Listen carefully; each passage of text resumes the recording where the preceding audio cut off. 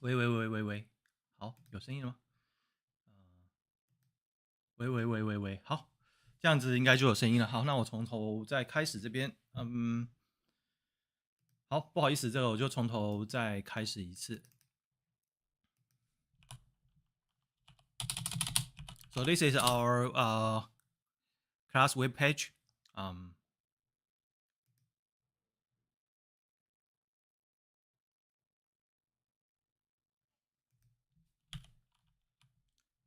所以还有问题的话，可能就请我实验室的同学再用那个 Discord 跟我讲一下哦，因为我这边就比较没有办法那个呃回过去了。那个好。So this is our web page that was talking about the tjwai.tw and everything else you can find on this web page. And there's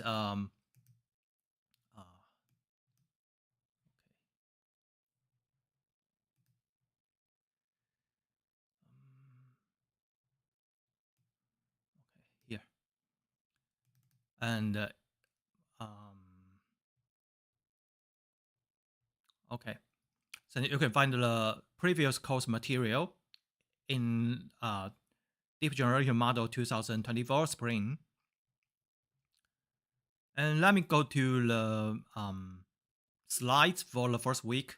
We are going to use these two slides. The first one is the zero introduction, and the second one is one autoencoder. I will, according to my plan, I will give you the first homework this week. But since we have a delay like half an hour, so I'm not so sure about it. But anyway, let's see what happens. Okay, so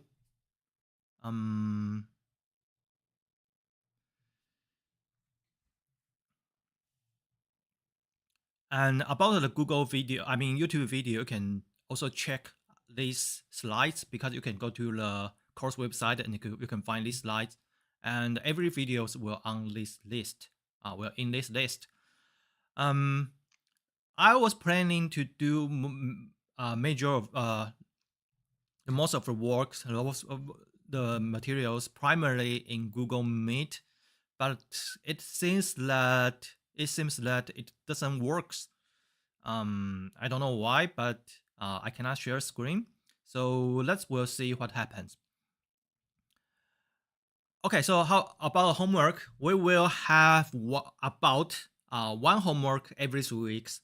So we're going to have like 5 homeworks, and each homework will be in the format of IPython notebooks, and you can upload submit your homework to the E3, and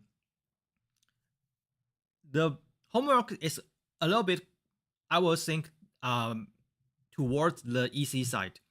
The reason is that we don't have too many teaching assistant. We don't have too many funding. We don't kind of like 5 or 10 teaching assistants that can do a lot of work to make the homework to be very challenging. So I think I will just like all of my other class, I will focus on teaching you the materials to present the ideas instead of challenge you to do the some homeworks or some jobs, so that you can kind of elevate your work by challenging yourself. That is one way to learn things, but it also have some cons about this or drawbacks about this approach. Is because the whole idea about the hard homework and the challenging homework is to give you some pressure to help you to develop your skills. But if we want to do that, we will have to have a lot of teaching assistant to kind of measuring or evaluating your performance, which is unfortunately we don't have enough resource to do that. So instead of that, I'm going to do another approach that is this homework is going to help you to keep you on track, and it will provide some practice for you to actually to understand the materials. It also provides some rooms to explore the some. It has some experience and help you to explore, but without too many pressure. So I in recent years, like 5 or maybe almost like 7 8 years, I was going this approach instead of providing challenging homeworks. But the bottom line is you have to do the homework by yourself without cheating or without copying other guys' work, because um, I think it is subjectively these homeworks are not too difficult. It is doable, achievable, even with minimal um, background knowledges. So try to do the homework, even though if you think the homework is easy, or maybe you think it is difficult. No matter what, try to do the homework, because I think in a subjective way, the homework is kind of easy.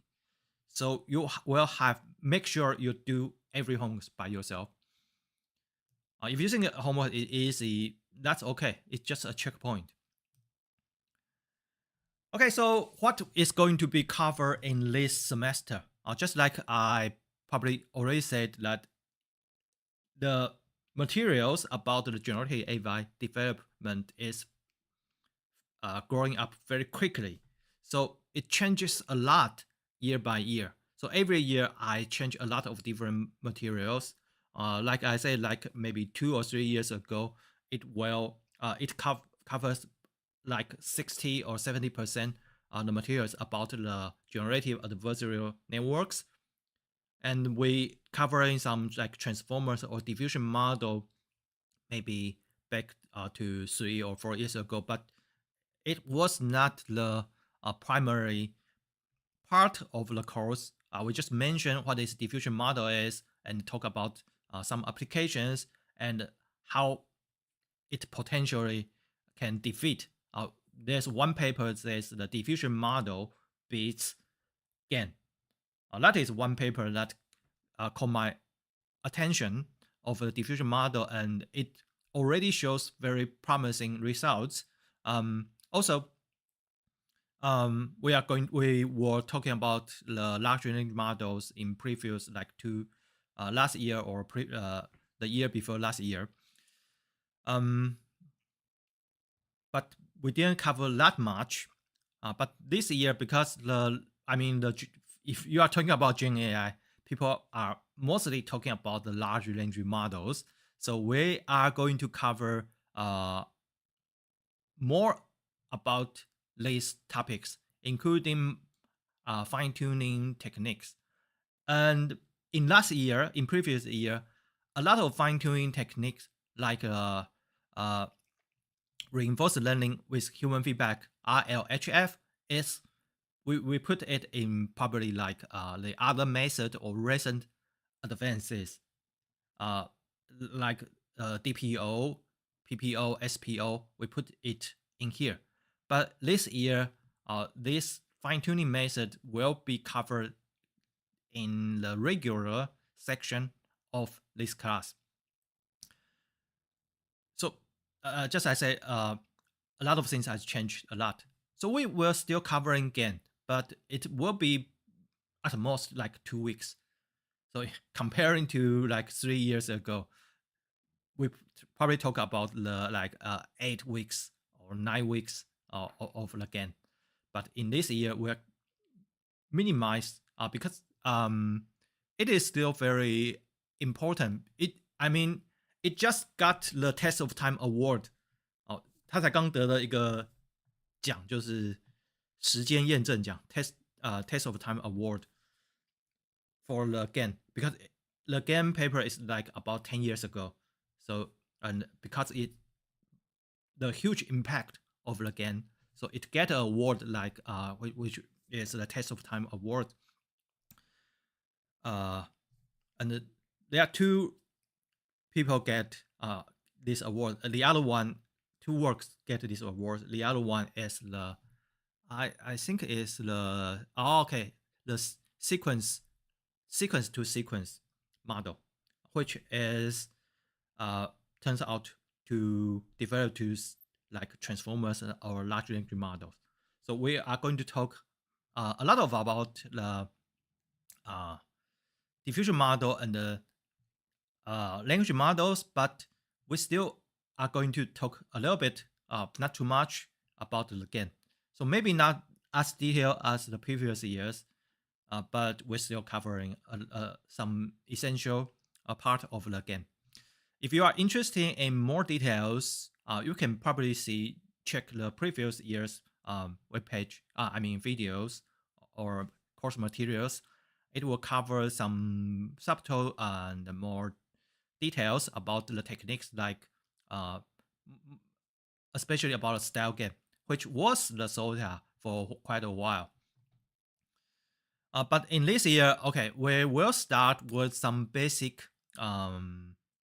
or rather simple models for generative stuffs like auto encoder, which we are talking about today, and auto regressive models. Maybe we'll also talk about the flow models, which is closely related to diffusion models. And after uh, if you see the arrangement, we will talk about the autoencoder and the VAE first, because that is mostly because of the homeworks. Uh, because the first one is about the autoencoder, and the second one is about autoregressive models, for the which is a very simple autoregressive model. But these two are basic homeworks, so I kind of want them to separate them like at least 2 weeks apart, uh, not just by back by back. Like I don't want to give the second homework next week, so I will try to give the first homework this week and talk about like a variational autoencoder and maybe VQVAE.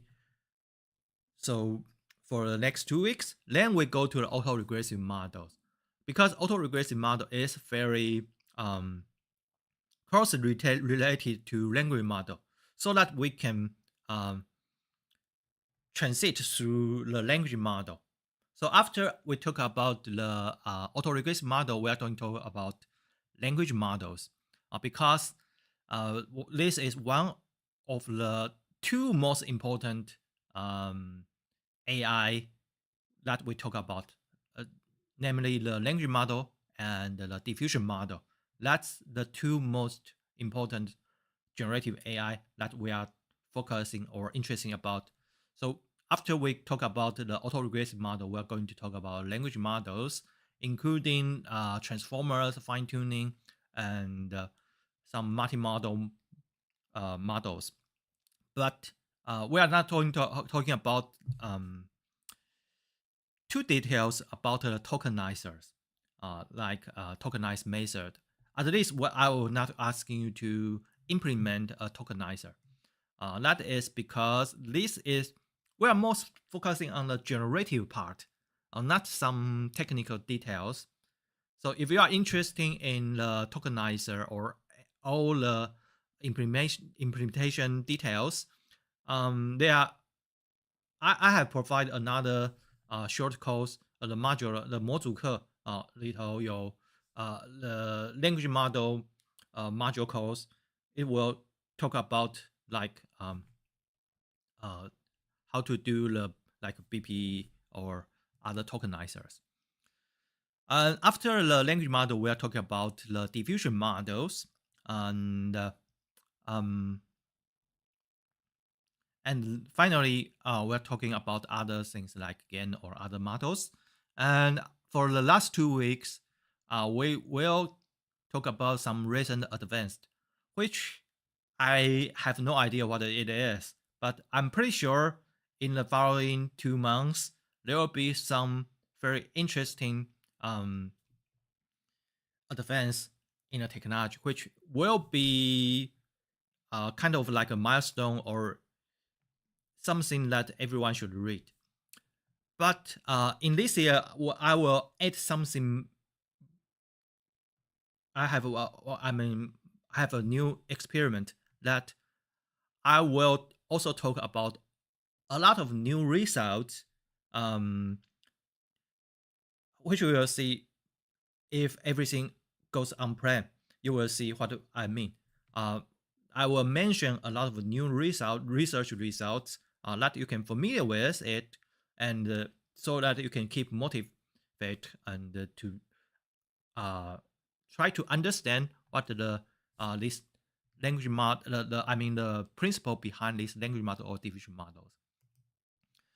Okay, there are also some materials. I move all these materials things in this slide instead of on the course website page. So you should really check the slides. One of the link is the lecture notes about here, deep generative models, which is kind of like the material here is sort of like the materials I presented last year or the year before last year. It lacks of something about most of them about the large language models, but still it is pretty good materials you can read on, and also a book about the generative deep learning, which is a book that you can find maybe in library or in other resource. It has a ebook version. I read this book by using Amazon. I remember I kind of rented it because there's a plan for Amazon. You can actually read several books. I think I read this book in Amazon, but I may be wrong because I read a lot of books. I'm not entirely sure, but you can check this book. It's pretty good. And also, there's a new book in progress, which is called the RLHF book. RLHF is a fine-tuning technique, reinforced learning with human feedback, which it can be considered as ancestors of all the reinforced learning methods on large language models, including the one that used in DeepSeek Zero，就最近很流行的那个 DeepSeek R1 Zero，它也是用 reinforced learning 当然它不是有 human feedback 但是这一类的东西都是有 reinforced learning 在里头so you can check this book RH book which is quite kind of trending in like 2 weeks ago. A lot of people talk about this book, and you can actually find it online and just check the materials, find some interesting details about how to do the RLHF. And also, here is a section about the large language model books that you can find online. Here, actually, this is a curated list about the large language models. This is just a section of the books, but here are several books that kind of people are interested into. So one is the this one hands-on book, and this is the Chinese book for large language models, which is also quite okay. I haven't read this generative AI with LangChain, but LangChain is one of the popular tools for large language modeling. So maybe it was reading. So you can see these books if you want to check more details about the foundation of large language models. Okay, so let's go to the topics that we are done with the introduction to or talk about the class or some meta stuff. We're going to the real topics right now. So what is generative AI? Let's see what generative AI can do right now. So first one is the large language model, the first thing that you may see is large language model like ChatGPT or like DeepSeek. Uh, so low, I don't think I need to do the introduction because everyone knows what the large language model is. What is the 大语言模型 large language model is? Um, there are several different ways that you can use or try or play around with large language models. One way to do that is an app on Hugging Face which called the AnyChat. So this is one way to do that. It take a while to load, but the user interface is kind of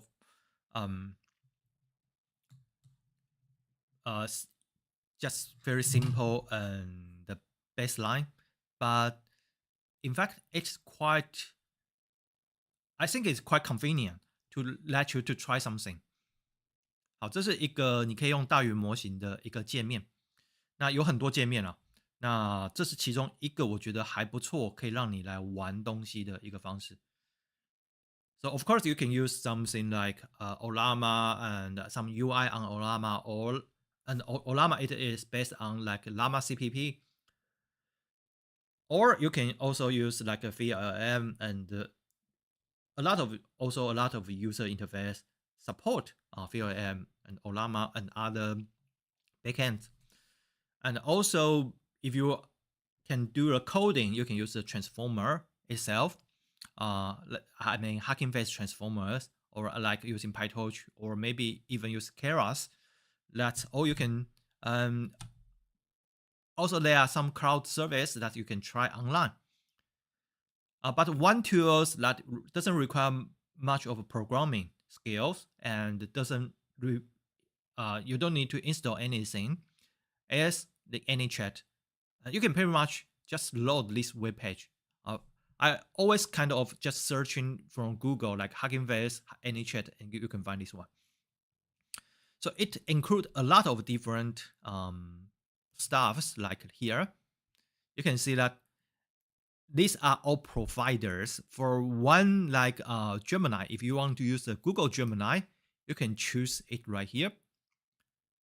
Then it will become a chatbot. You can talk to it like, hi, how are you?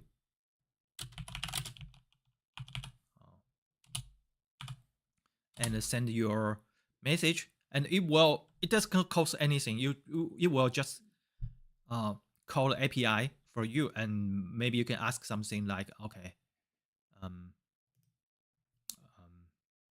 maybe I can use Chinese as well.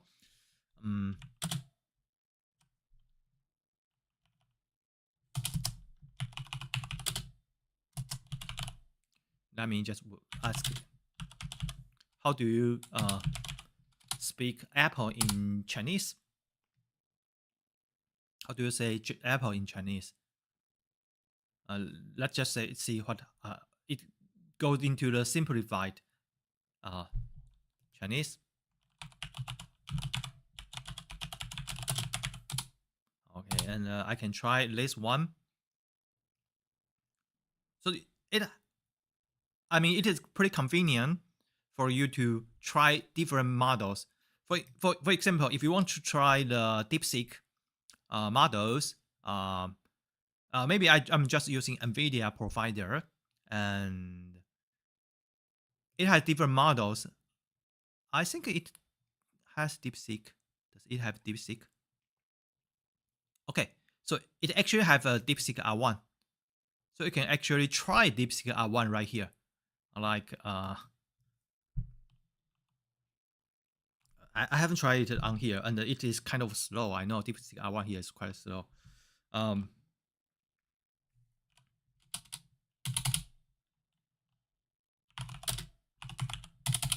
Let me just ask you some lame question like, how old are you?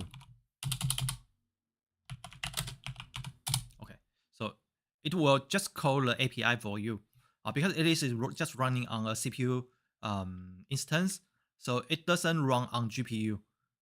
So most of the large models I mean, actually, most of models it runs is calling some API, but because this one is a famous app, so you don't have to pay anything about it, and you can quickly try even the largest model available, or even some models that is you need to pay, like commercial models. Also, trust me, it will return some replies, but it is going to be slow. So I'm going to check another thing. But you actually can do that. So you can see the estimate time for processing. So it estimated that it will take like 141 seconds according to the last uh, execution.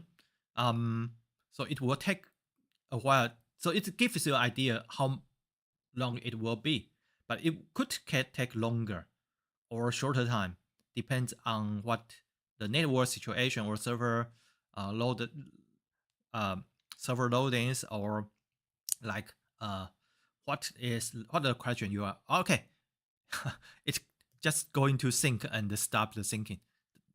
Doesn't work very well, but you can try something like writing code. For example, I can in fact I can use OpenAI Coder. You can in fact using like the new models like O1 Mini, maybe O3. I'm not sure. Okay, this is actually O3 Mini. It but it may take too long time. So I'm using a small model instead. I'm using like GPT-4o. So I'm asking it to write a code for me. So I'm using an example, but you can try to other task which you were ready to try. But I'm not actually trying here. I'm just demonstrate how what you can do for on this app. So I'm just pressing the generative button, and it well, if everything goes well, it will generate the code right here.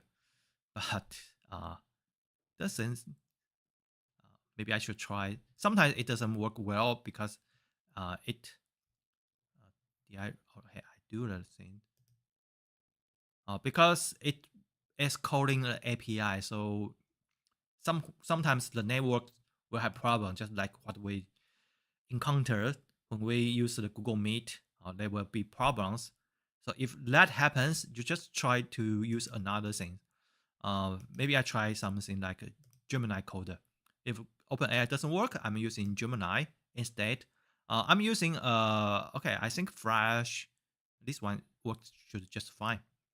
Let me try it again using the first example to write a simple button. So you can see that here. I'm using the example. I tried several of just yesterday. It works.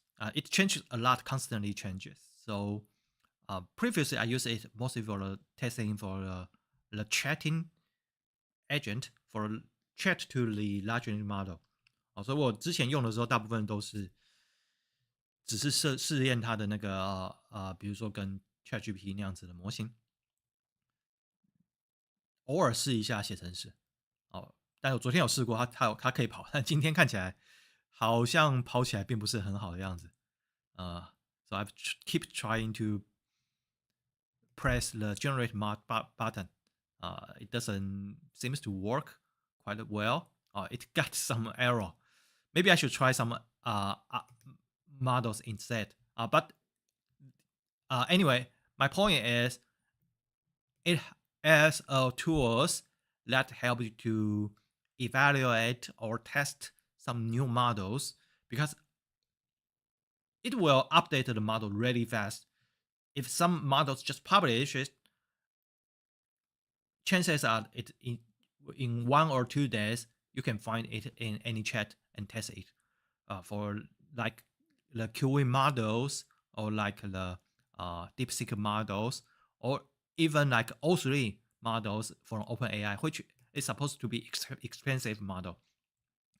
I couldn't use the O3 models on my ChatGPT Plus subscription like weeks before. I'm not sure I can use it right now, but you can already use O3 Mini.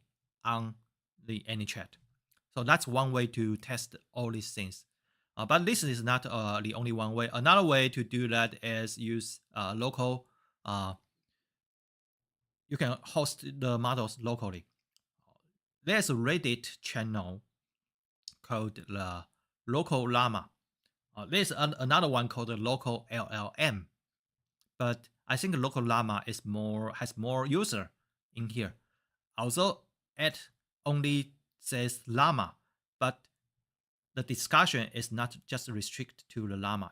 It covers other models as well, like DeepSeek, like a Gemma model from Google, or like Mistral models, or all other open source models that you can host on your local machine.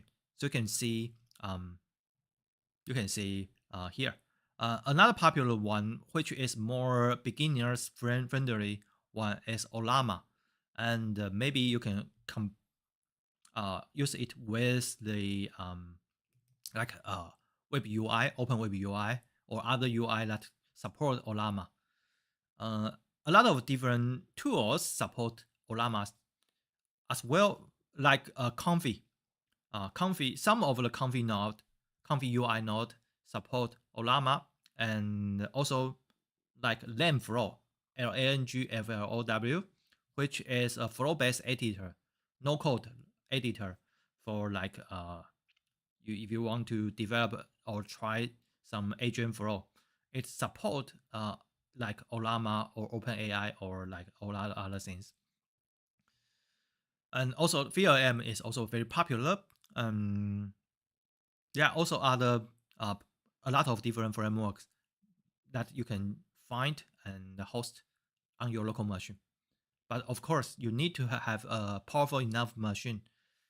The most crucial part is the memory. If you want to run it on GPU, okay, so your GPU has to have enough memory to run the models. Otherwise, it does not work very well. Or if you have a Mac, like a mini Mac, if you have enough memory, you can run a decent large models. If you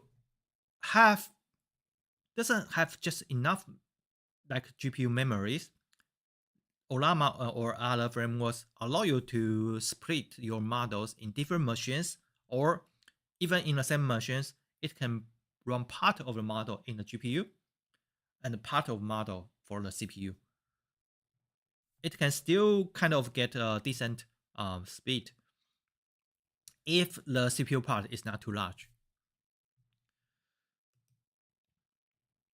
Okay, so for about the image generation, one of the go-to tools for generate image locally is a Comfy UI. There used to be a web UI for stable diffusion model or diffusion models, but I think Comfy UI has grown up very big ecosystems. You can find a lot of different workflow online. It doesn't require you to do much of the programming, but you can still have quite a freedom to customize your workflow together. And even better, these workflows, there are some tools for you to actually export these workflows to actually Python code or some code in diffusers, so you can try it to write your own app. So it is a very good tool for a quick experiment, and it has a very big community. So if you think you find some new just like the AnyChat, sometimes one of the hot model, open model is published, you probably will expect it to find a node. In Comfy UI, everything is called a node or workflow. You can find a node or workflow for that new model in like 2 or 3 days. You can find one. So for example, I will give you one example that is the new hot things. and it already have a comfy UI node already. Another tools for testing image generation is Hugging Face space. So this is one of the Hugging Face space for Flux One, which is one of the popular, if not SOTA model. I give a simple prompt like a dog night fight should be fights. Let's S after the fight with a cat ninja. So this is what it generated. It's just a random testing prompt. Let me click to the web page here to run it like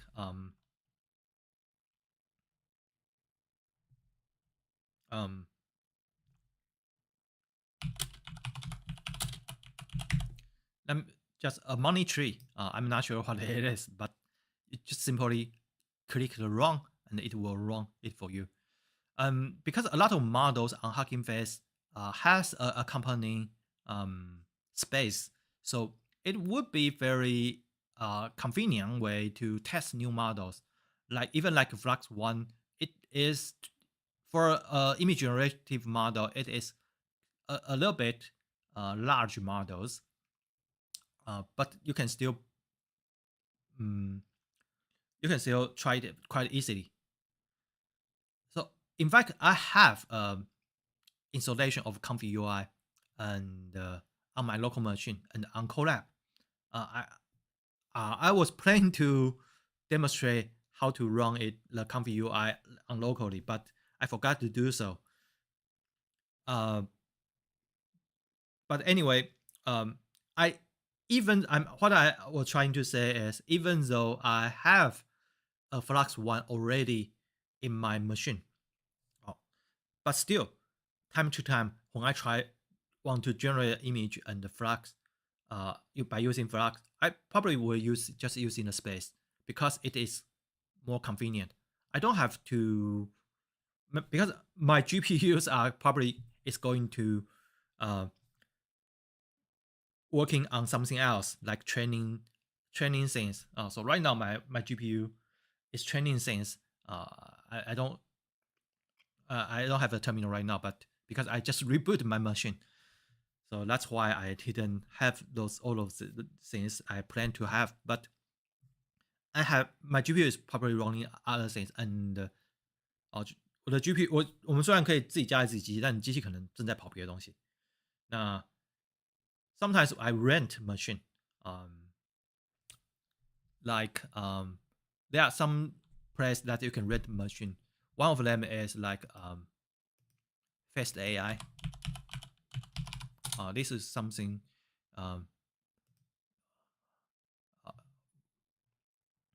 Okay.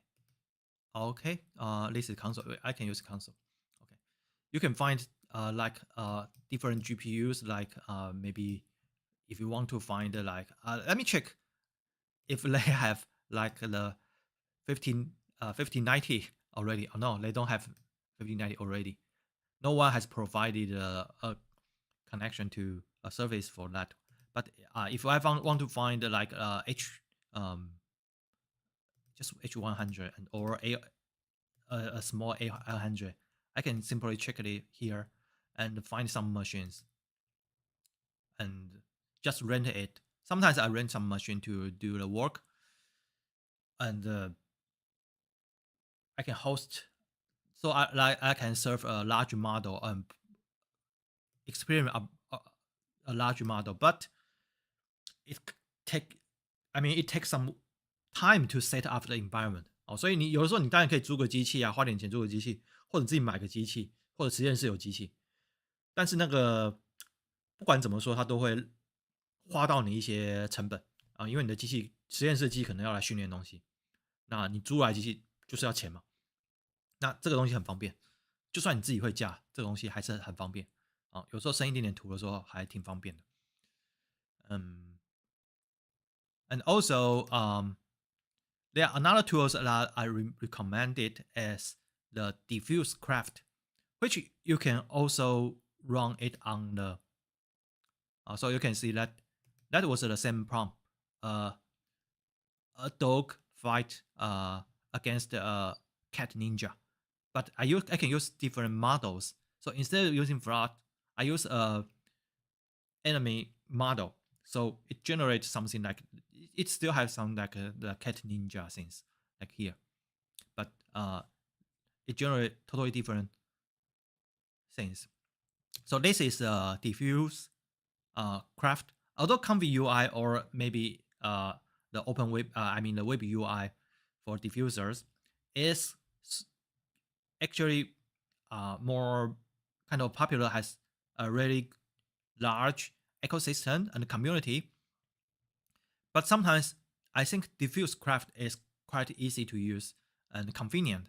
Sometimes I just want to generate some images, um, just one or two images, and I have an idea to use some models, but I can see that it provides a lot of different models, including Flux, or like Stable Diffusion XL, or other like enemy models on Flux or on other things. Let me try these enemy models. But this enemy model will transform anything you type into a enemy girl. I guess. Let me just ask it to paint a money tree, just a random prompt. But the first thing is this diffuse craft can have a lot of different models in your proposal. So can you use your proposal? You can try a lot of different models. Huh. I'm not sure it is running. Okay. Okay, it is running, but it will use a different sampler here. So you can, the good thing about it, it has a different model you can try, and it has different tasks right here, like impending, image to image, or like control net, different control net you can try. And you can try on different models. Some model doesn't have certain control net, but it will have some warning or like try to solve the things for you. Okay, so it is okay. It's still a money tree. I would think it's still a tree at least, but it's in a different style. So if you want to use control net things, it also has the face restorations, LoRa. You can use different LoRa right here. Like we can choose different LoRa right here. High resolution fixed IP adapter, control net, or other image to image impending input right here. And you can choose different style right here. So it has the user interface is not so, I would say, the most user friendly one, but still it provides the functionality is quite extensive,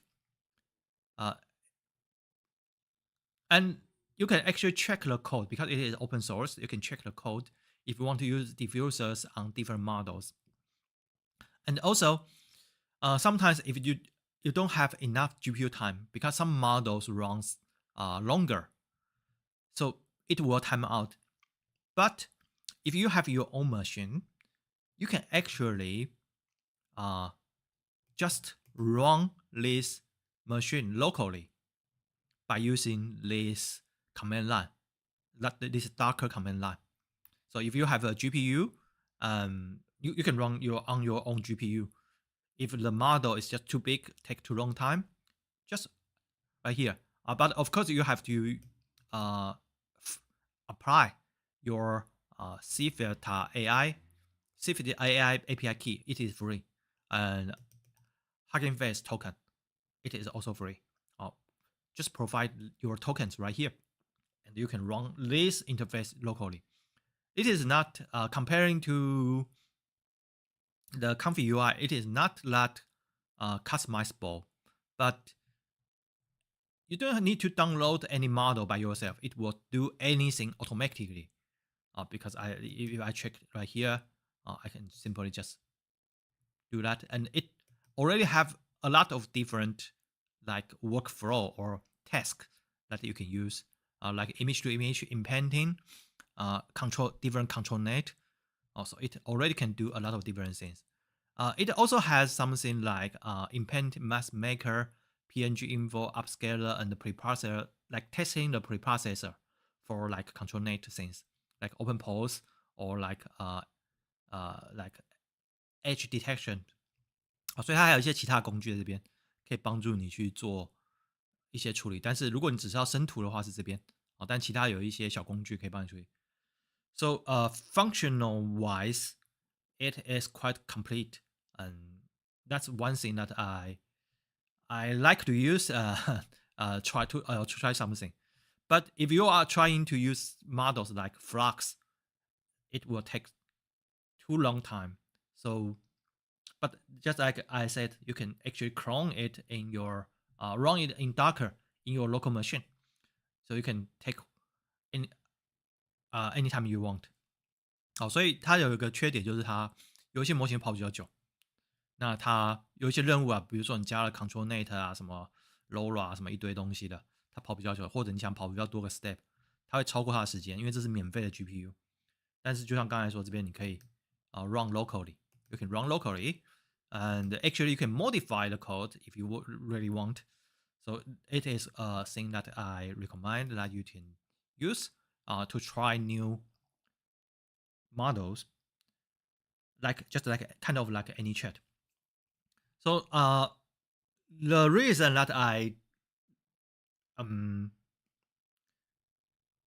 I'm talking about this these apps is because there are a lot of new models published every day, literally every day. So a lot of things you want to try and have an idea. Okay, how good the quality is for the the SOTA raised models like a Flux or like other diffusion models. How good it is. Don't take other one's words. You have to experience. You can experience it by yourself. 所以你常常会听到一些意见说，哦，这个模型很好，那个模型很好，因为新的模型一大堆。那你除了看评比之外，你会很需要自己去测试一下。So for example, the DeepSeek, instead of just listen to the news or other opinions about how good or how poor the DeepSeek R1 is, instead of that, you can just try by yourself. You can try the full like 671B model, the full DeepSeek R1 model, and you can also try the 32 32B like QWin 32B distillation model or the 70B distillation model, or you can try the small one model. It is very convenient. There's no, prepare time or pre-requirement. It's just so simple. You can just try it and have your own opinion. 好，所以这些东西新出来，你就直接拿来用，你就会有自己的感觉，你会知道它多好多坏。你可以测试任何的，比如说推理的东西啊，你都可以测试。Because there's a lot of news about like DeepSeek R1. Just one example, but there are also other news about other model, other technologies, but just DeepSeek R1 is just too large, too huge. So there are just tons of news about it, and almost every opinions about DeepSeek R1 on the video, on the YouTube, on the social media, almost 99% of them is wrong, totally wrong.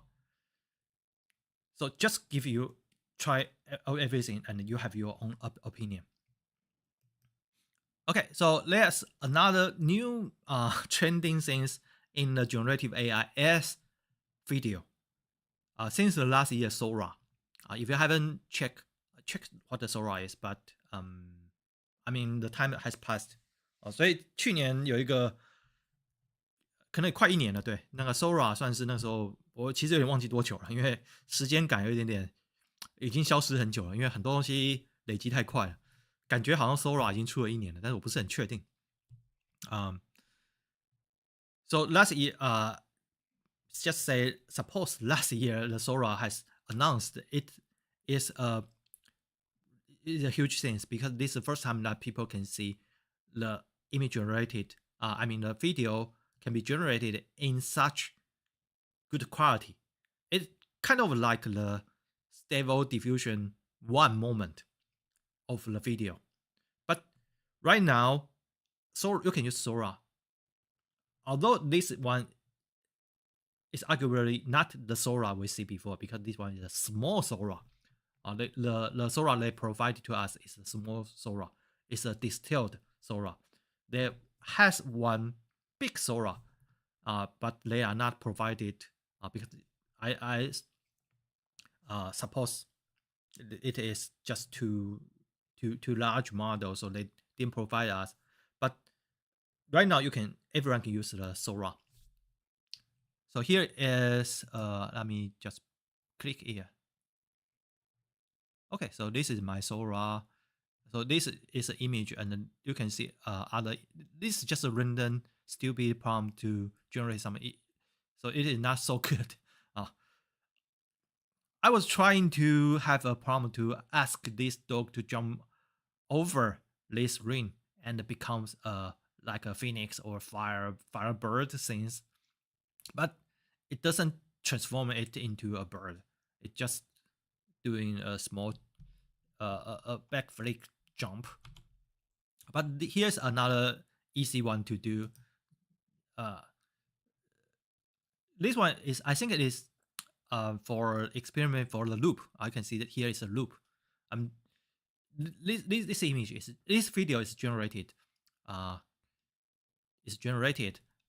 I think it's from text to, I forgot it, from image to video or text to video, but I believe this one is text to video generation. But then I make it to become a loop. So it has a functionality to make a video to become a loop. So you can see that it is looping. So this is kind of like an average quality of the videos that you can expect it to be generated by a modern video model. So this is Sora. Of course, Sora is not yet, I don't think it will be, but at least this is not yet open sourced. But right now, there are open source models that has similar qualities. And the Sora is not only the only video provider. There are other video like Runway. I also have a Runway subscription and generate tons of videos. This is just one experiment, but I have tons of images generated by Sora already and by Runway ML. But what I'm saying is there are open source models that has similar qualities like Hunyuan or like LTX video. So what you are seeing as a video that I developed like 2 years ago. So this is the qualities that you can get like 2 years ago, like here. And these three are also some example in a similar qualities that you can do. So by comparing the things like 2 years ago and 2 or 3 years ago and now, but because it's too long ago, I didn't keep I put them in the slides, but because Google Drive storage has been reduced. The quota has been reduced, so I removed a lot of files. So I lost these video files, but so I still got the thumbnails right here, but the video files is lost. This one is just a random generation from text. So I'm telling you about how this one works. This one is a text to video and actual text video to video model and have different tricks on it. It actually have several different models. One model is for the face and the other model is for the whole body. So it composite the two models together, the rendering together, and it also has a text to image generator to generate the first frame, and the other two models generate the rest frame according to a, another image of a people. Uh, so and also I think I also use a face swap model to swap the face from the first image to make the face to be more consistent. So it used tons of the tricks to generate a quality, an image of this quality, but it can only generate image like this one. Cannot generate image in a variety sense. Like I mean, because of a data set, it can only generate image like in a white background, and one model is standing, almost standing, and doing a little bit hand movement or turning around. That's all. It can do something like this one, and the quality is still not that good. It can also apply a upscale model to make it high resolution, but despite of using all different tricks and all the limit, it has this kind of limitation, and the quality is still kind of like this one, not too good. But right now, this one is what I did to fine tune the. I think this one is fine tune the Hunyuan model for the same data set. So by just fine tuning the Hunyuan model, or Hunyuan is a video model, by on the same data set, and I can easily generate a higher. This one is a similar thing, a higher quality videos, just by using the same, almost the same data set, and it can actually generate more variety and of the videos according to your text prompt. Here's just some example that modern models can do. Here are some models generated by the Hunyuan itself, with which is not fine-tuned, an LTX video. Just a couple of videos that you can have an idea of what the model can generate. This is a thing that I like to generate with video generator, like the street view of a city. I tried it a lot on the Dream Machine. Dream Machine has a new version which is supposed to be better than before, but I subscribed to Dream Machine before, Luma Dream Machine before, but I stopped the subscription because I have a lot of different models to try. So I haven't tried the new Dream Machine model yet, but I mean a Luma Dream Machine model yet. But I have tried a lot of things like this one in the previous model, like the Luma Dream Machine and like Runway video models. And here is, I think this one is the Hunyuan, the result of Hunyuan. It's kind of comparable to the other commercial video generating models. And this one is a standard tasking. And this one is funny because I was originally generated one image of the Kamen Rider for the Keanu Reeves, but I used the Keanu Reeves image with a Kamen Rider suit。我之前只是先生一个图是基努里维，然后穿的是那个假面骑士的衣服，那这可能比较像是比较早期的假面骑士的衣服，但是加了金属光泽。So even though I give that image as a reference to the I forgot this is LTX or Hunyuan, but when I give the image as a reference, it actually generates this video. It's definitely not the Keanu Reeves. 这不是基努里维啊，这个 and I think I can recognize his face. It's Robert Downey Jr. I think it more like it, but somehow, even though I give a model a reference image of a Keanu Reeves wearing a Kamen Rider suit like this one, it still generates a video with a face of Robert Downey Jr. And here are some other models. Most of them are text to video or image to video. It can generate different style. This one is definitely the LTX videos can be generated, because this is sorry, I forgot, but this one is also a standard. I use a standard prompt that is in Comfy UI block to generate this one. So this one is one of the kind of a standard. This one and this one kind of a standard testing video generation. And I'm not sure this one is, but I'm just prompted like a panda riding a bike, things like that. So this gives you an idea of what the open source video models can generate. So you can use Comfy UI to do so. I was trying to, at this point, to run the Comfy UI to show it lively, but I forgot to, because of the instance before, I forgot to run it. But what I'm trying to show you right here is the most hot new model, which is the SkyReels.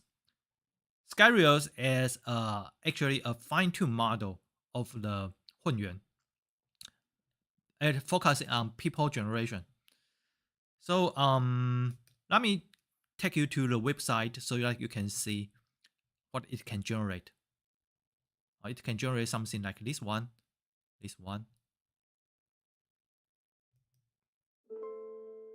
Like this one. What? This is his website. True? Mermaids really exist. I can't believe it. Also, you probably cannot hear the the music, but it has like the soundtrack of it. So let me check another one. Like this one seems to be interesting.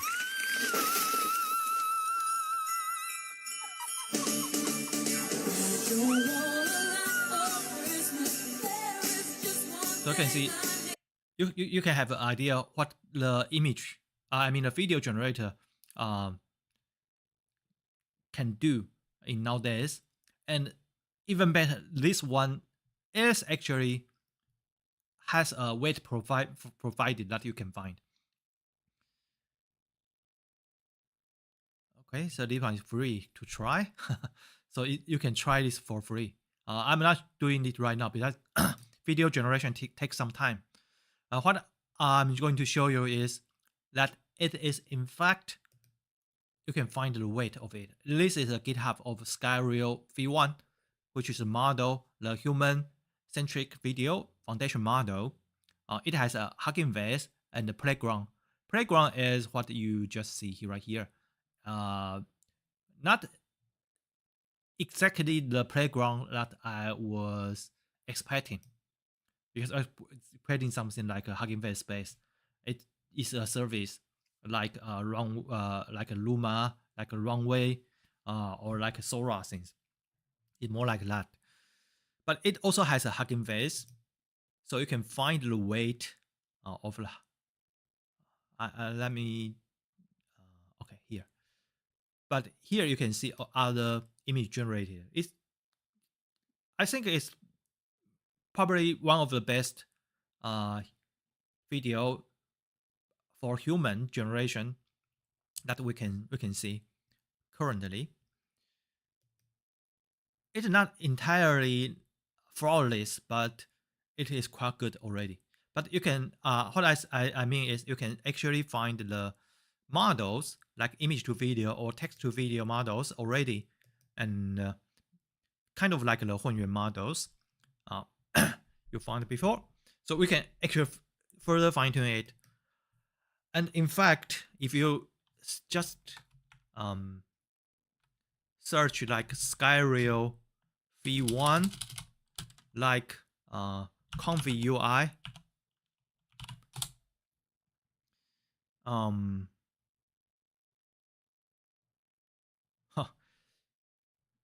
this is just 1 hour ago. This is just 1 hour ago. I didn't know that, but Comfy UI native is already support the image. I mean, because it is 混元, so the text to video is support natively, of course. But you can see that for the commit right now, just like 1 or 2 hours ago, it already support the native UI is already the native Comfy UI. That is, you don't need to install the custom nodes. You just use the because the Comfy UI support 混元 natively, 混元 video natively, and with this new commit, you can actually use the Sky Rails in Comfy UI directly, and you can also find some workflow right here. People already provide some workflow that you can have reference to. So what I was trying attempt to talk about is that before the official support for the Sky Rails v1, it is people are actually some developers are developing the like here.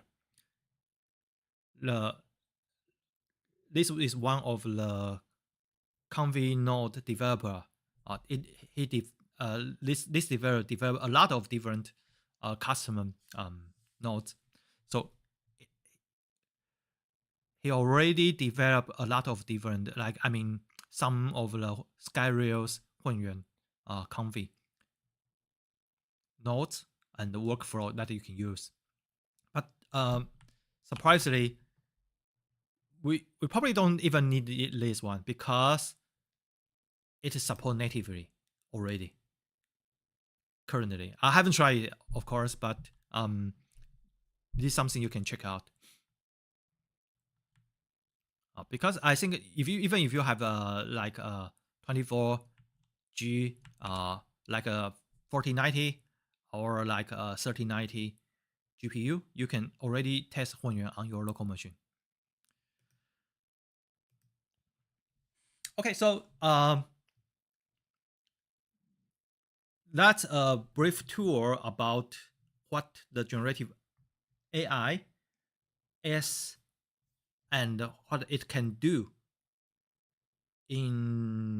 currently. But right now, let's go to more deep about what is a generative model, and what is Gen AI. You heard it a lot, Gen AI, but is Gen AI and the generative model the same, or are they different? What are their differences? So let's go to some detail about the terminology. So you can find the first thing is that all of these terminologies in the language, they all kind of develop, they have all their own life because language evolve 语言是会改变的，所以其实这些字都没有一个所谓就像数学上的一个定义，因为大家数学不好，people doesn't good at math. If you are doing math, everything has a strict definition, but people are not made for math. So for language, every terminology, every name has different meaning, depends on context. So for generative artificial intelligence, people are considering Gen AI is a shorthand for generative artificial intelligence. But well, I can imagine some people will consider when people use generative artificial intelligence has a slightly different meaning when people use the word like GAI or Gen AI. But essentially they are the same thing. And this generative artificial, the word generative is closely related to a terminology that exists long before 20 or 30 years ago, before even people know what deep learning is. The terminology is discriminative models and the generative models. Here is also from the Wikipedia. So in the field of statistical classification, there are two main approach. Or let's go back to like 20, 30 years ago. There are two approach. One is called the generative approach, and the other is called the discriminative approach. But remember, all of these are for the classification. So our generative model, generative AI is not for classification, but there has some relation for the word generative. Okay, so what is a generative model? Because we're talking about statistics, so we have to talk about the probability. 好，所以这边的 generative 其实就跟 generative AI 有关系，不完全一样，但是应该算是还蛮直接的关系啦。但是就是这些名词都不是一个人叫的，所以它成因其实很复杂，它没有100%一定的关系。但是我们的确可以把现在的像 diffusion model 那些所有 model 都称为是 generative model， 是可以这样叫。所以它有一定的关系，但是不用太纠结于它的关系。不过我们先知道这些名词是什么意思。So let's just see what this terminology is. What is generative model? What is generative approach? What is a discriminative approach? So one approach is a discriminative model approach is that I start from the second one because this is more like intuitive and straightforward. Okay, so consider what is y. Y is like consider example like MNIST, which I will cover more detail later, just in a moment. So consider the MNIST since that given you a small image, you want to classify what the digit it represents. Like this one is 5041. So this one is a classification. You give some x is the image, and y is the corresponding label, like 5044 for 1. These labels are y, and the input is x. Okay, so a classification is pretty much given an x, you want the machine to tell you, okay, what the y is. So discriminative model is very natural for classification problem because it gives you a probability of py condition on x equal to x. It can be translated to given an image like x, given an input like x, what is the probability of being labeled 1, 2, 3, 4 or different labels? 所以 discriminative model 就是很直接的跟 classification 可以连在一起。你看这个式子，这是条件几率，这个条件几率是给定 x 等于小 x 的时候，我想问它等于 y 的几率是什么？就像给你一张图片，那我可以问说这张图片上面的数字其实是5或者是1或者是0或者4，它不同的几率是多少？好，所以我们如果有这个模型的话，那直接就可以用来做 classification 了。Okay, so discriminative model is a pretty straightforward for doing classifications by considering this conditional probability. In the contrast, generative model is to modeling the PXY, the joint distribution for the observable variable. So actually, we are considering a lot of different images.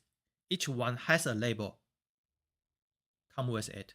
所以我们可以考虑说，比如说以刚才的情况来说，你有一堆图片嘛，每个图片上面就跟着它一个标号。因为我们看到这张5嘛，我们就知道它是一个5号。当然有可能那个 y 不是唯一的，因为这看起来有一点点像3嘛，所以它可能少少的几率其实他想写3，但是写成这个样子。但总之这个东西跟它的号码是一起出来的。就它跟它的那个 y 是一起出来的，那它会有个几率，这东西叫做 joint distribution。好，所以 joint distribution 就是你考虑就是我的 x 跟它的 label，反正就是一堆东西它会跑出来的这种几率的一个可能性。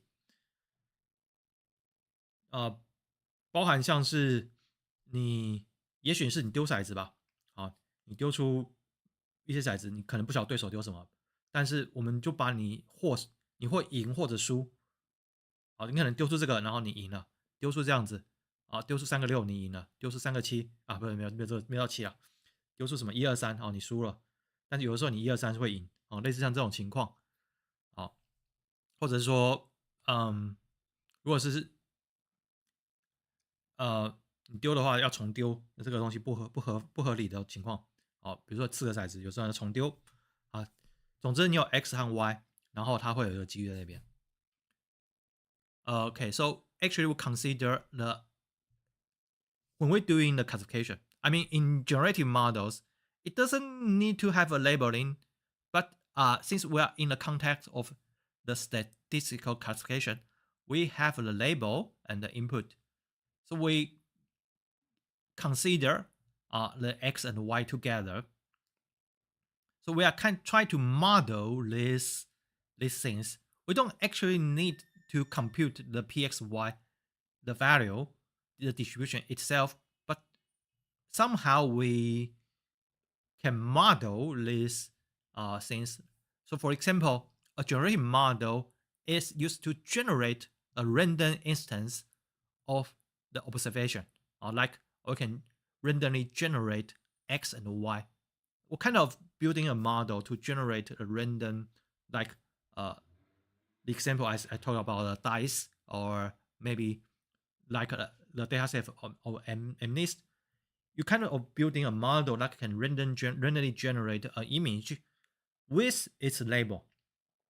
So this is called the generative model approach for classification.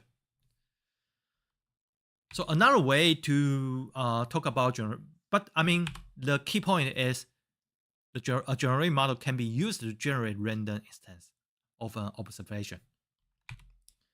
So another way to alternative way to do the definition is like this one. You can see here. 所以它还有另外一种定义。For a discriminative model, it is the same. It is kind of finding a model of condition probability of target y given observation of x. But this definition is more symmetric that like by given y, we find the x. So this is called generative model. So it's kind of like given a label, like 5 or 4, if we consider an MNIST dataset, then you generate the image. And the other way around is we give the image and you tell me what the label corresponding to this image. So as you can see that in both definition, the discriminative model is more closely related to the classification because it kind of doing it directly. But the generative model is a little bit indirect way to do that. You have to do something, but it has to learn more information because PXY contains more information than this one. You can, if you know the joint distribution, if you know everything about joint distribution, you can actually derive all the result or like all the conditional, like PYX, PXY, all of everything, but not the other way around. So the generative model is more, when you train the generative model, the model contains more information. So essentially, can be considered more difficult. It is more difficult to train a generative model. Okay, this only links to the Wikipedia page.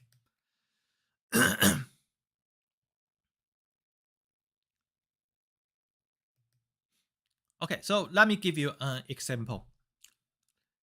of a concrete example for MNIST. So this is an MNIST data set. We got images. Of course, every image we are converting to a metric, which can be considered a vector because we are sending it to like a neural network or other models. So this one are inputs. And of course, the task is to identify what the number is represented on the image. So for example, for a classification model, typical classification model, we were training something like this one. Given an image as an input, we output a probability. Also recall that when we train a neural network on MNIST dataset, we use something like cross entropy, have logit and softmax and cross entropy. And after a softmax, it gives us a distribution of the probability, which represents the probability. The model consider this image to be labeled for each label. Like in this case, like 1%, I think 1% it to be like 5, and I mean 1% to be 0. So sorry, 1% and like 80% to be 1, and 1% to be 2, and maybe 2% to be 3, exactly. And of course, we choose the most likely one, the large value. So that's what the softmax, the max of the softmax come from. 所以在 MNIST 的 classification 以后，我们就做这种事情嘛，对不对？我们最后会 output 10个东西，然后得出它的几率，就跟刚才讲的那个很类似。给定 x， 我们会得到 y 的几率。那最后我们还记得的话，常常都是用 softmax 因为它是一个软的 max。但是我们最后，因为我们要挑一个数字出来嘛，挑一个 label 出来，所以那个 max 还是有。所以我们真正在用的时候都用 hard max， 但在训练的时候用 softmax， 这样它才可以训练。So this one is for a classification way, and of course this is a discriminative approach for a classification. If we write this in a function, it is pretty much like given an image as input, we output a number of its label. And we usually consider this one as a supervised training and not a generative model. However, if we change the role of x and y, it is going to be the generative model. So why? I mean, in the data set, didn't we just have an x, y? What is the difference between x and y except of its name? 所以这边你要想的问题是在 MNIST data set 里头，我们有 x 跟 y 嘛 ，x 就是那个图片 ，y 就是那个y 就是那个label 0123456789的编号 ，x 就是那些图片。那我们做所谓的 classification， 就是给你图片，然后给你数字出来，然后这是一个标准的 supervised learning。好，那为什么反过来这东西我们就把它称为是 generative model， 或者要用 GAN， 或者要用 diffusion model 或其他方式来训练？中间的差异性在什么地方？因为这是图片吗？ So what's the difference? Because this one is image, this one is a label? Not exactly. Because we actually, I mean, the model doesn't care, doesn't know whether it is an image or not. Because even though it is image, recall that we have to translate it into a matrix, which is essentially a vector. This one is a vector.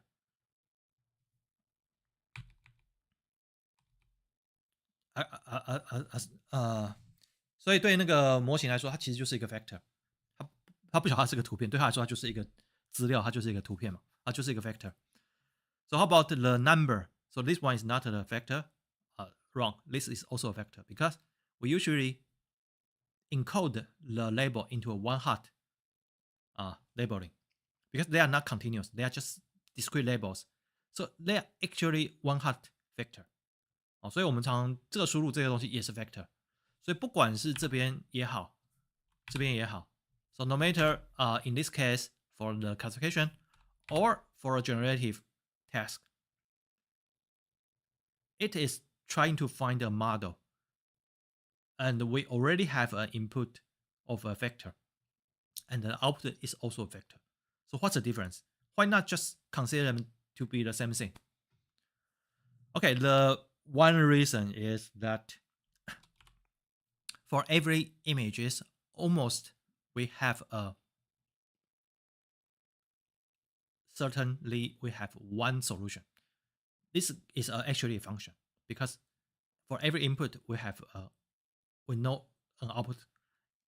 I mean, in some case, like I said, this one kind of look like 3, but we are more almost certain this one is 5。好，所以第一个重要的差别是，这个东西每一个东西输入，它是基本上像一个函数了，虽然差一点点。因为我刚才说这个看起来有点像3嘛，我可能说这99%是5，但是可能1%它是3，你可以这样想。但基本上它大致上来说，它是一个函数，它们本质上都是向量到向量，然后几率到几率啊，本质上是一样的东西，但是它不是差在那个地方，因为这个东西重点是它大部分的情况下，它就是给你一个图片，它就会跑出一个数字出来。So in most cases, in the majority of the case, in an overwhelming majority of case, given one x, it will certainly have one input, one output. And sometimes it will have 2 output or 3 output, but it is kind of finite. However, in the generative case, given one input, you can have almost like infinitely many different output. It's kind of like a distribution. It is, I mean, it is a distribution. 所以在这种 generative 的情况之下，它的重点是它这边没有5，然后你给它5的时候，它这边有各式各样画出来的图片，它不是只有一种图片，它可以有各式各样不同的情境。So that's one difference between the I mean this case and this case. And you can actually consider, I mean, there might be some hidden states about this one. Because, okay, if we know who write this letter, I mean, who write this digit, or like who, and what is the weather, or what is the condition of the paper, or what is the condition of the pen, if we know everything, we probably can determine what the output is. 好，我刚才讲的是说，这边有一件事情就是，虽然我们一个5它可以输出很多不同的输出嘛，它很可能会跑出不同的输出，但是你可以假想说，假设在我们的那个所有条件都知道的情况下，我知道谁写这个5，我第一个当然知道他写的是数字5。那我现在假设知道他的心情，谁在写这个东西，然后他的心情，那天的天气，他用的是什么笔，他用的是什么纸，我全部什么什么都知道的情况之下，我可能就可以100%，我这边就不会有大量的不同，因为我刚才说这边的话就是每一个东西就只会有一个 output， 那这边是每一个可能会有成千上万个不同的 output。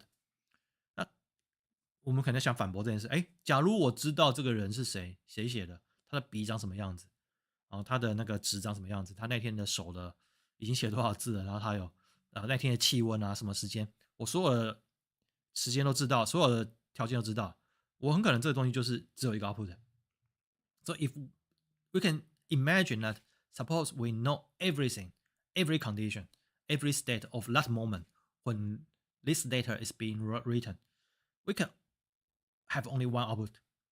Just like the case here, we have just only one output. That's true. But if we consider this scenario, these two problems is different. Because in this data set, we have all the input, so we can know the answer. But in this data set, we don't have enough information to determine the output, like who is the writer, what is the weather, what is the pen, what is the paper. 好，所以在这个地方，我们这两个东西，如果你刚才假设那种模型的话，它们两个之间的差异性就是这个东西我们有所有的输入的情报了、资讯了，但这边我们缺少了很多输入，在这个资料集里头，我们缺少了很多我们该有的资讯，所以我们这边变成一个 distribution，只能乱猜。So those two are kind of the common setting, um, like put the randomness into another variables.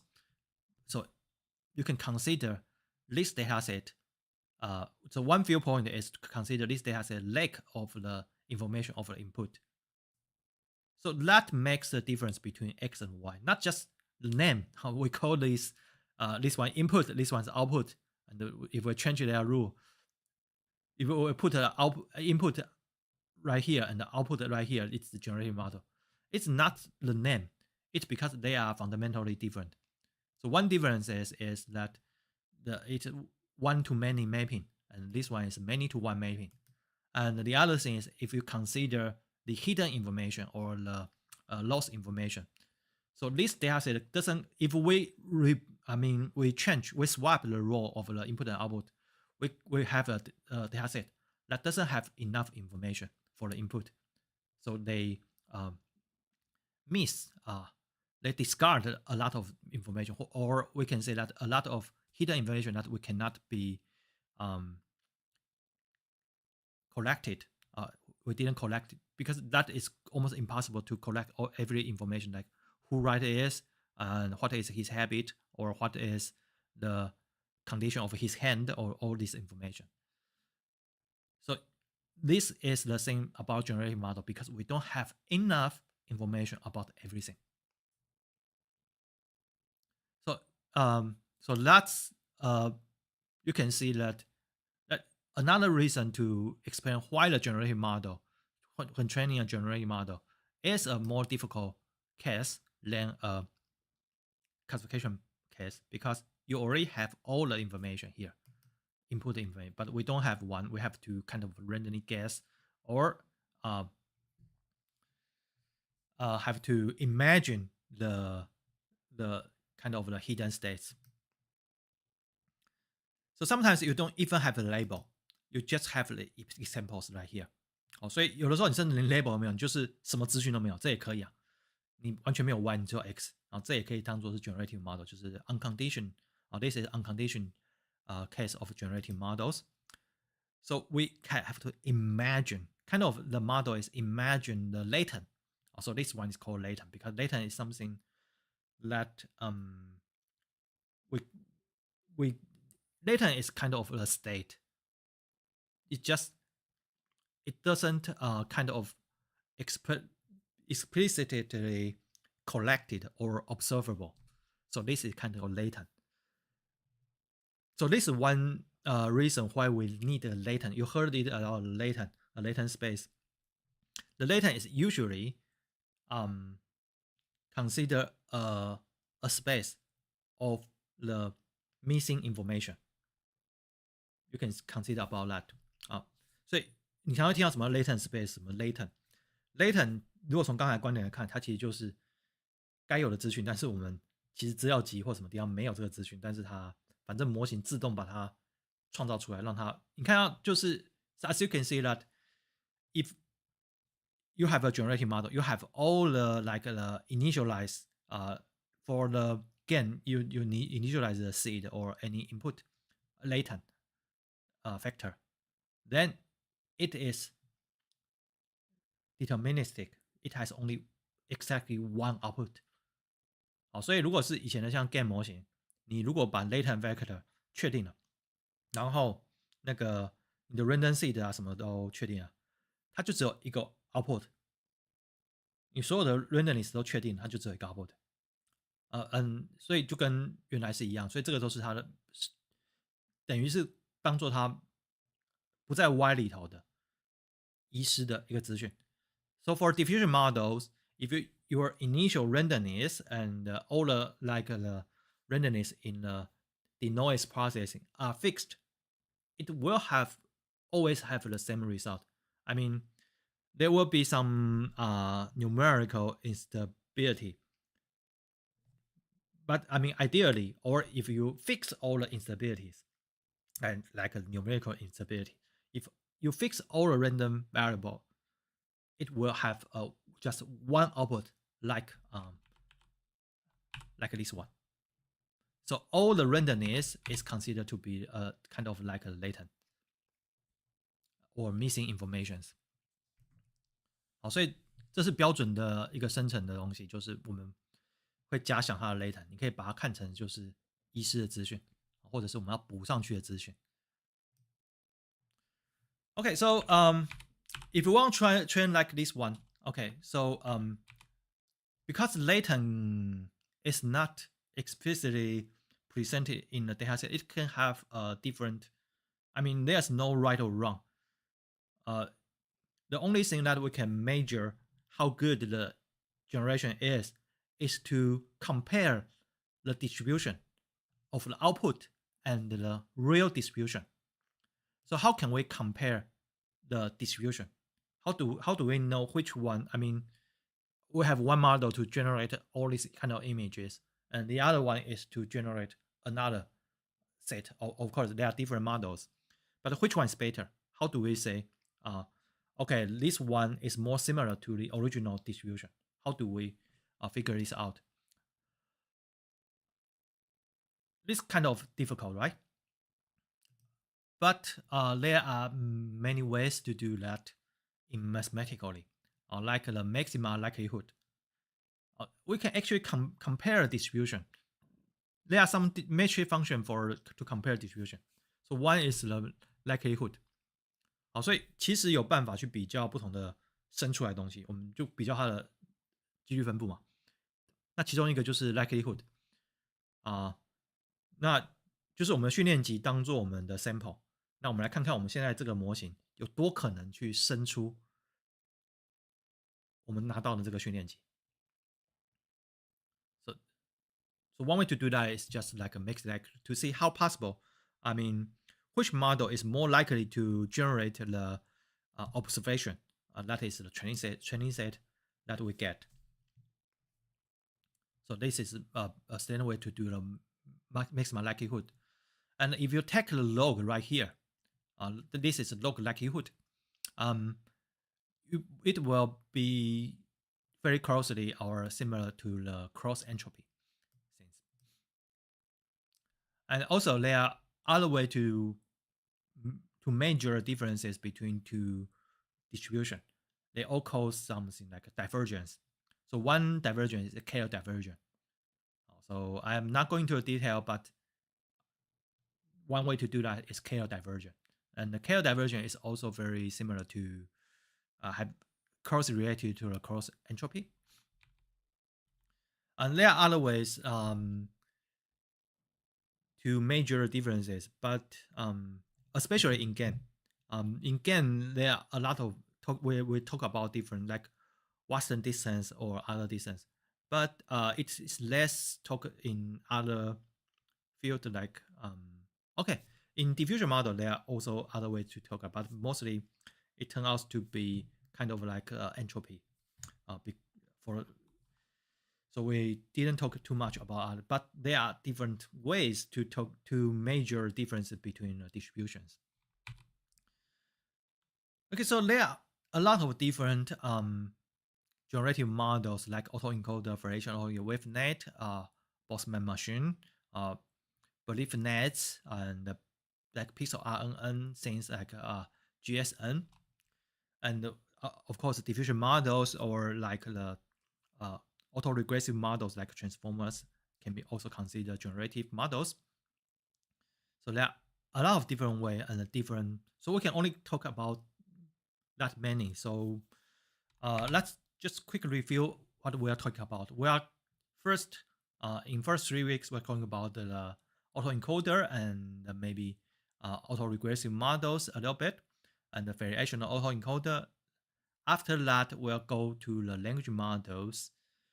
Probably we'll split it into a different part, so like a basic one, and we put a more advanced one later, so that we can go into a diffusion model more quickly.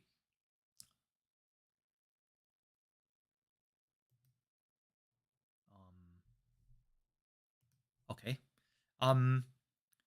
Then we'll go to the diffusion models. then we are also talking about the how the game works because it is still quite relevant. Um, Although it is not as a popular method for generating the image right now, but it is still quite relevant to a lot of topics in deep learning. It's still quite a good tools. Like we always talk about, the GAN is not. I mean, I talk about that GAN is going to be replaced by other image generated models like 4 or 5 years ago. But I also say that the GAN is continues to be solid tools that you can solve different problems. So we are still going to uh, talk about GAN in many later in the semester. And at the last 2 weeks, we are going to talk about the recent advance and perhaps something that I think is interesting to talk about in this class. So let me see. Okay. Okay. So because of the delay of the at the beginning, so although I plan to talk about the auto encoder today, but it turns out probably I will going to talk about it in next week. So the reason we still got like 30 minutes or more, but the reason that I hesitated right here and is trying to introduce something that we will introduce in this semester. I'm going to talk about a lot of different, like window shopping, a lot of different new technologies around the corners.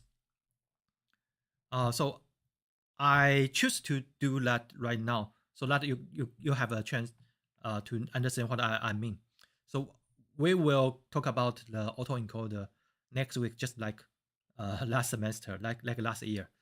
But right now I'm going to talk about or introduce some works that might be interesting, so that you can have a more broad view of what is going on, what tools available today. Okay, so let me open the web page right here because I probably lost it right now. So let me check the. Okay, I found it. Okay, so this is what I mean. So I'm going to talk about a lot of different works that might be interesting. So so one thing is that you can broaden your imagination of what the large language model can do. So give you some motivation and so that we can on the same page. What when I talk about the diffusion model, I'm not just talking about one diffusion model. I'm talking about the possibility of its usage. Okay, so this one is a slide I collect like in last August, like uh, in 2004. So it is like 6 7 months ago already, but I have a lot of different collections, so we will catch up very quickly to nowadays. But anyway, let me first show you this page. I want to show it in full screen. Oh, never mind. So the first work I want to show you is the game engine. This is a model from the I think from DeepMind. So it is, you can see that it's a Doom. 好，所以你可以看到这边这个是一个 Doom 的游戏，对不对？但这个东西，but this is all generated by a model itself, and you can actually play on it. So how does it do it? Kind of like a video generation model, but it is conditional on your input. Oh, there are many different models like this one. I will consider the importance of this is it is in fact a word generation model. 好，所以这个东西的重要性是，我觉得虽然它只是你可以把它想象它只是一个影像生成，然后它 condition 是那个你的按键，但是我觉得这个东西代表的它其实是认识了这个世界，因为它可以建构完整的世界。So why do I say that it is a word generating model? It's because it has memory.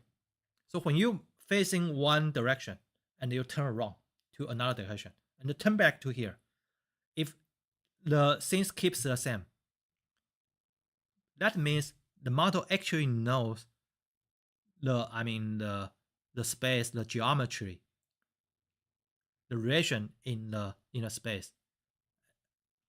So that is one thing you can observe. So if the model can actually create a game environment, it do have certain understanding to the to the game itself by observing the gameplay and your keystrokes. So this is one interesting things, and this one is also using the generative model for training. The interesting part，这个也同时用生成式模型来训练它的那个最后那个生出来的东西，但是the interesting part is that it also use the reinforced learning training to collect the data because if we want to train something, we want to collect as much data as possible and in a more easy way, in an easier way to do that, in a cheap way to do that. So it actually asks the AI agent to play the game, and so it can collect the keystroke.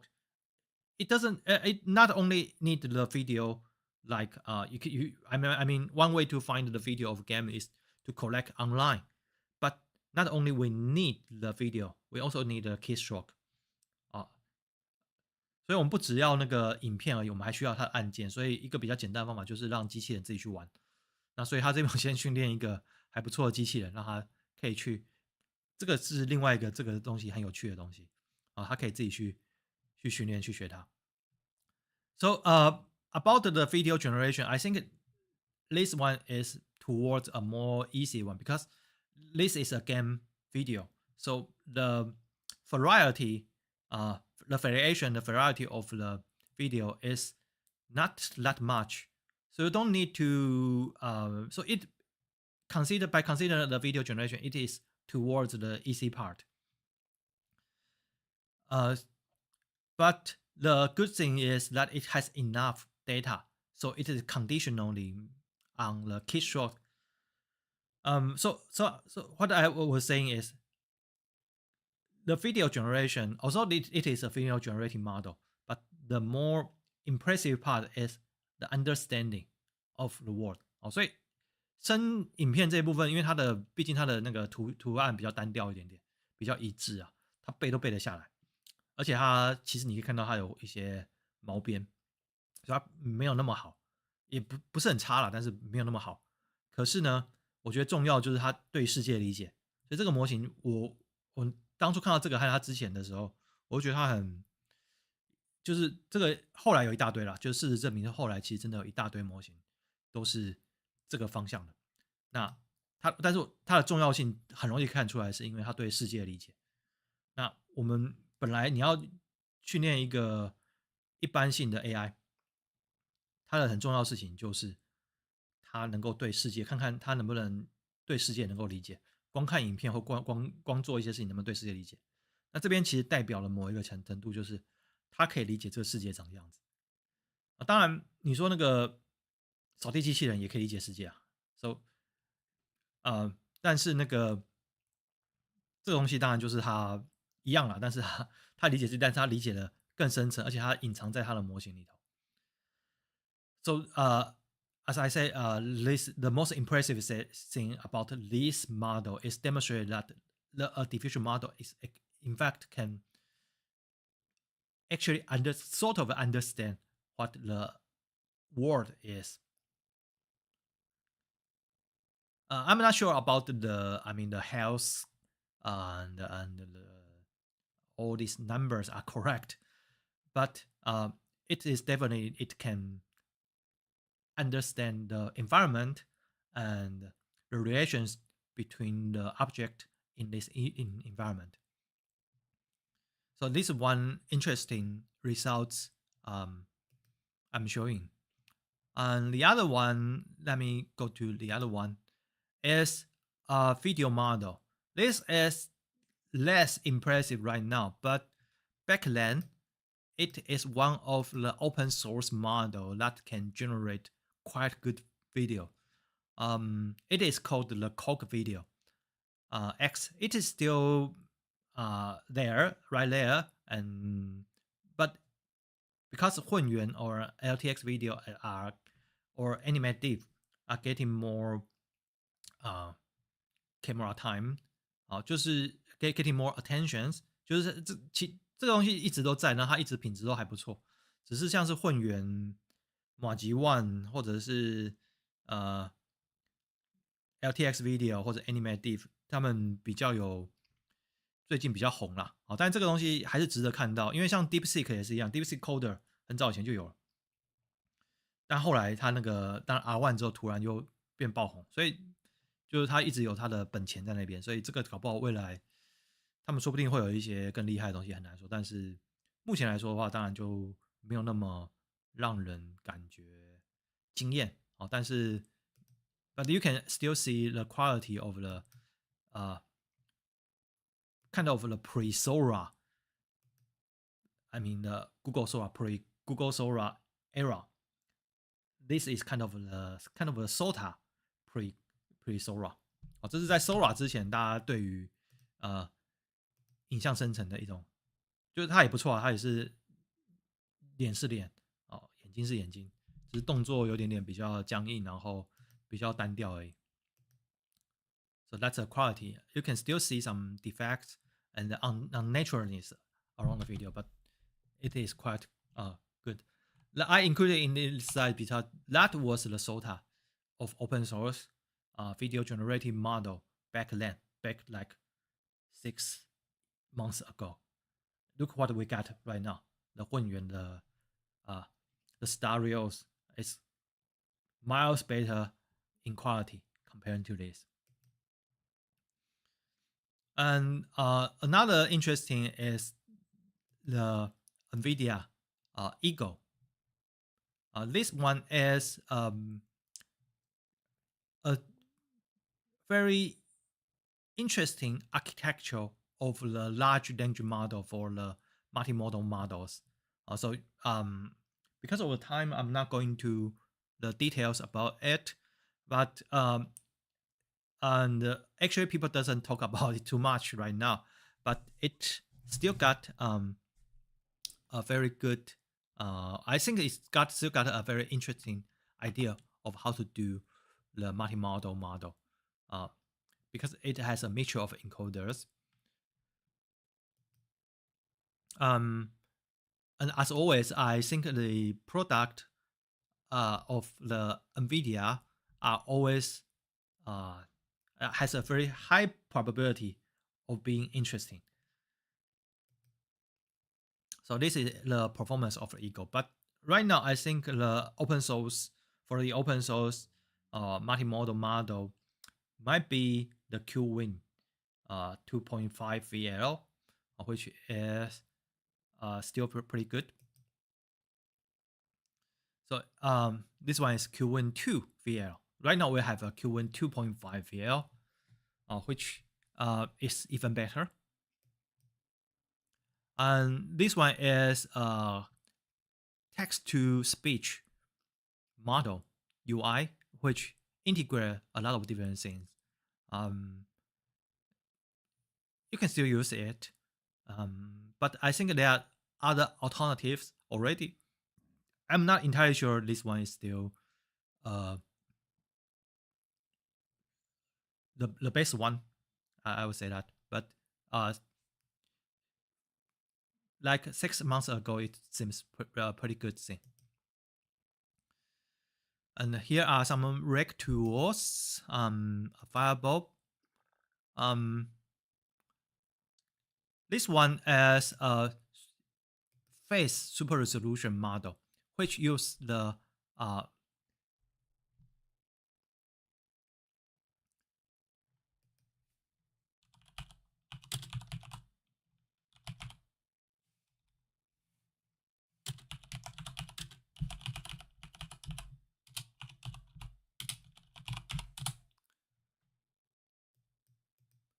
like this one.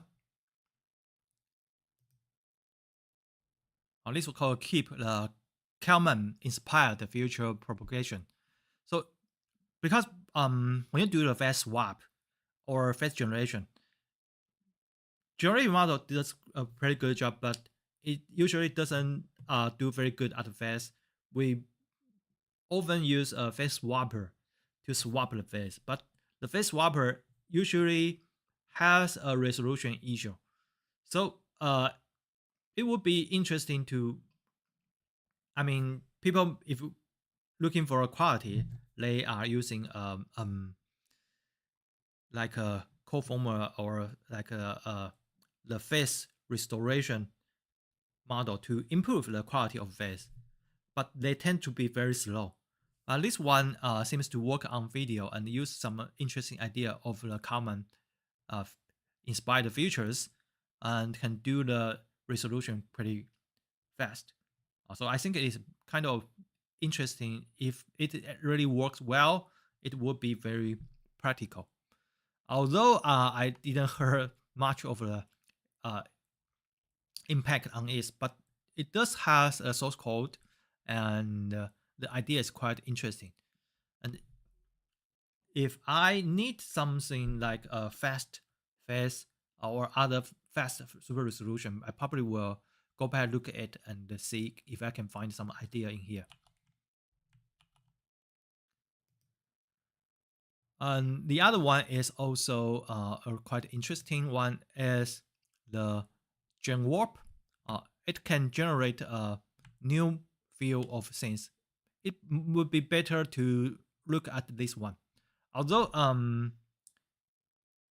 I think the Cosmos of NVIDIA might be able to replace some functionality of this one, but um, this one is kind of being simple and elegant way of generating a new view of a thing, and it only use the warp things and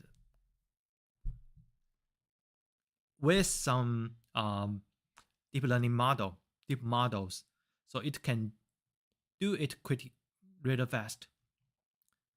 So if I want to do a simple background animation, this is probably something that we can get some ideas from.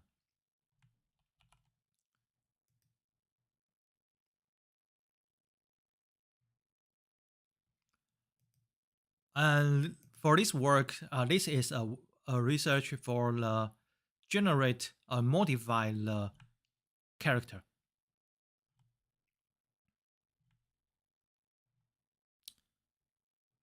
So by using text, so it has a human here, and it uses a text prompt to modify one human being, human bodies into another form. So here are some examples, and it is 3D, so you can use different fields to different place. So you can has a original avatar right here, and by using this prompt, you can modify the appearance of this avatar. And because it is 3D, so you can see it anywhere. And it can also do the motion retargeting and do the animation.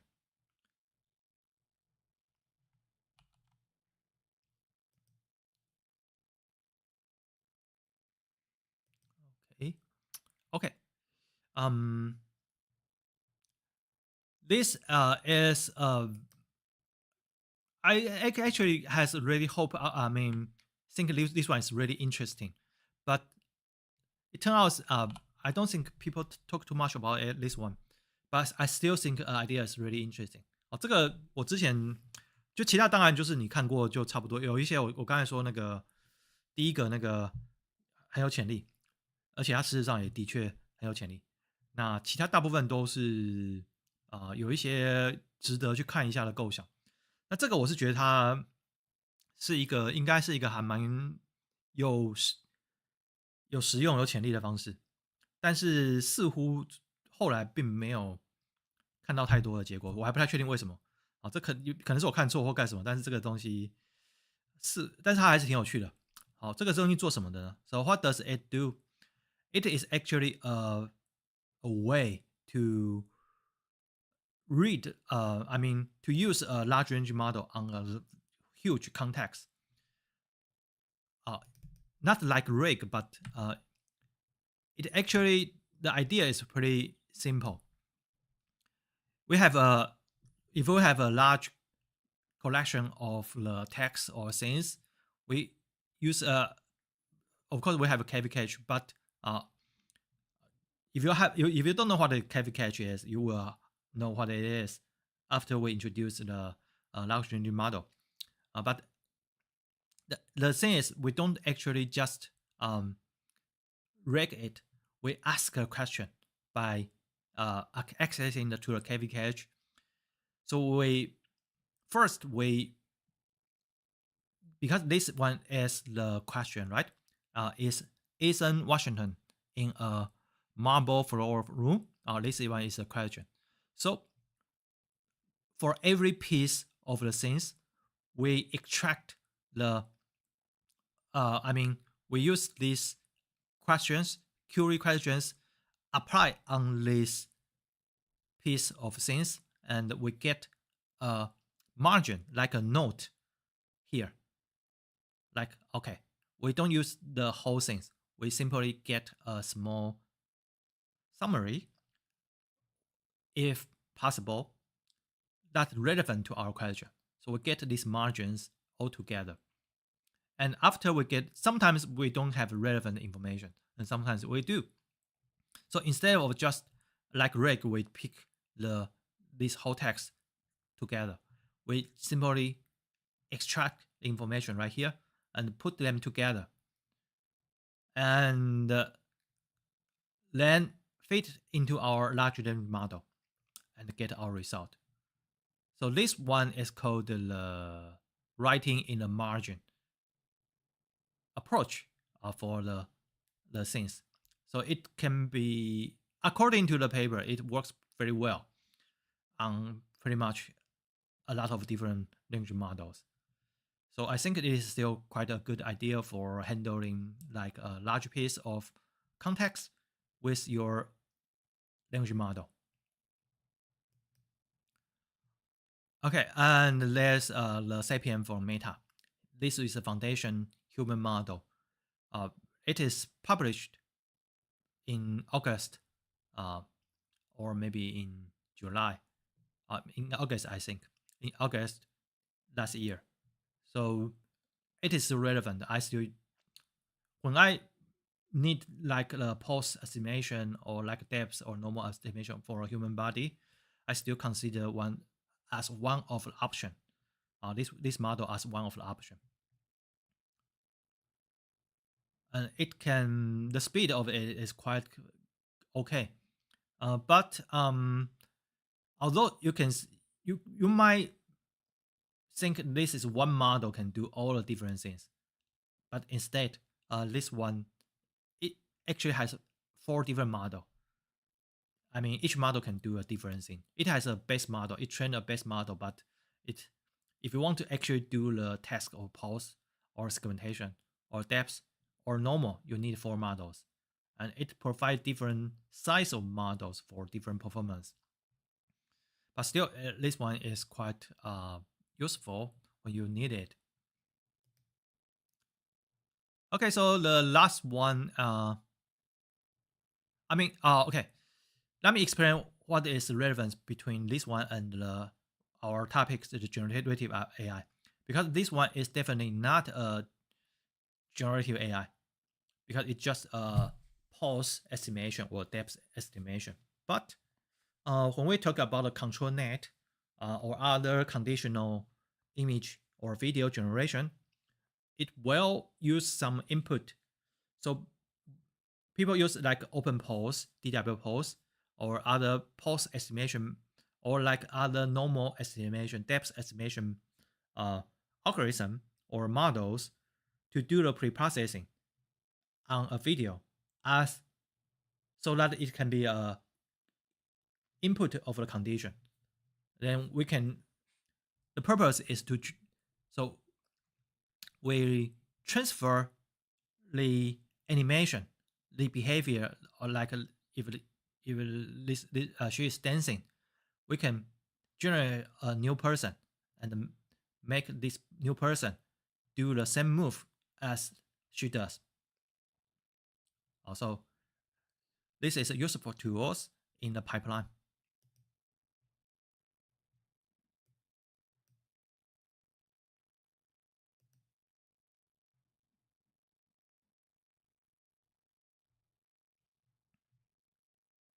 Okay, so this one is also an application, not that impressive, but it's one application of using diffusion model on like a design of like a 3D layout design.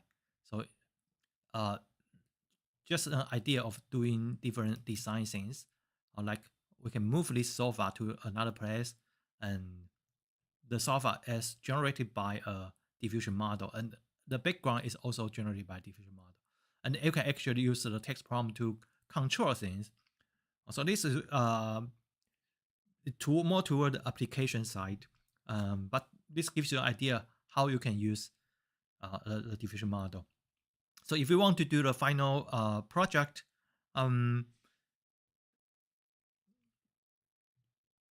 there are two scenarios. One is that you think, okay, I have a great idea, probably nobody think of, but probably you think something that some people already think about.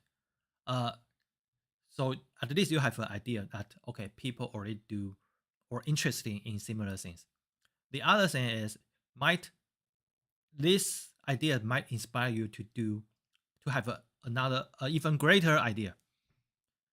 So that's I think this is I mean this the reason I present this one here for 所以这个东西其实我觉得它比较像是应用的啦，那也就是一个应用，但是它的好处是，比如说你在做期末专题的时候，其实你就知道有种情况是你可能觉得我有一个超好的点子，但是这个点子很可能其实你会发现很多人做过类似的点子，那至少你知道别人做过，那你会有一个，你会知道你要怎么做差异化啊，因为你可能觉得我这个点子超好，为什么老师觉得好像就评审或老师觉得这个就还可以而已，明明这是一个超厉害的点子，因为很可能你这个点子别人也做过，而且可能他已经做到还更好的地步都有可能。